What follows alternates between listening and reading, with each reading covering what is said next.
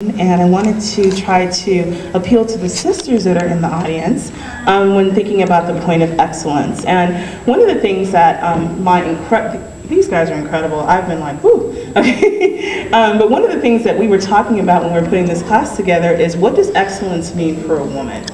And excellence for a woman is very different than it is for a man, because especially in the professional world, and I can tell you that from my experience, sometimes women are looked down on when they're excellent. Right.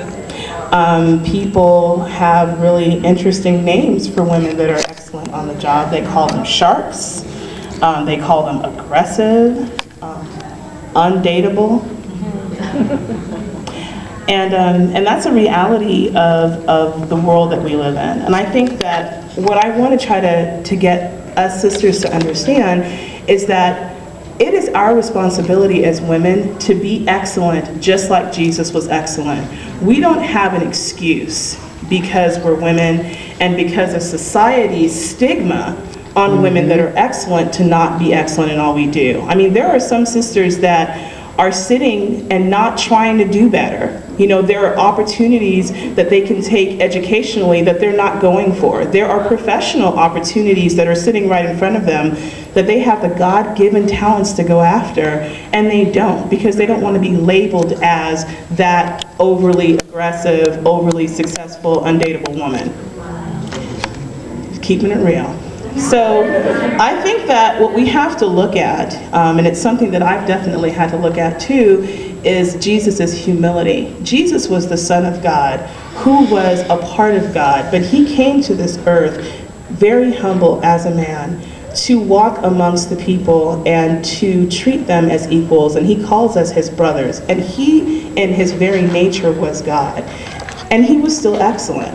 And I think that if we look at Jesus' example of humility and we take that humility onto ourselves, then it takes away the stigma of being excellent, because then it's not about you. It's about God. And you can even credit your excellence to God. There have been many situations in my life. For instance, yesterday, lovely situation, got a phone call from one of my bosses while I was here in Palm Springs that asked me to produce a report here in Palm Springs. And I could have just said, you know, I'm not doing this, I'm on vacation. This is crazy. And I will tell you, I was tempted to do that.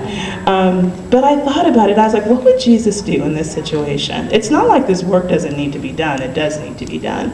And if I want to be excellent for God, even though I'm at a spiritual conference, it would probably be good for me because I actually do have the time to go ahead and do this. And it was incredible because when I did it, they were shocked. Because you know how sometimes your boss will ask you to do stuff thinking you're not going to do it?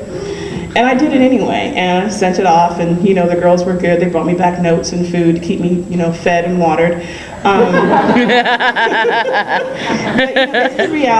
it's the reality of my life, you know, and when people hear what I do, you know, what I do at Boeing and the kind of job that I have, I mean, my roommates and I talk about it all the time and they just shake their head because it's insane, but it's the job that God gave me. And if I hadn't answered the call when I was a young Christian and went after the opportunities that God put in front of me, I would never be able to be here. But you know, the benevolence that I've been able to give and just the inspiration that I have been able to give to other women, and to do it gently and to do it quietly and to do it humbly is hard. But it is possible, and you will be dateable. Don't worry about it.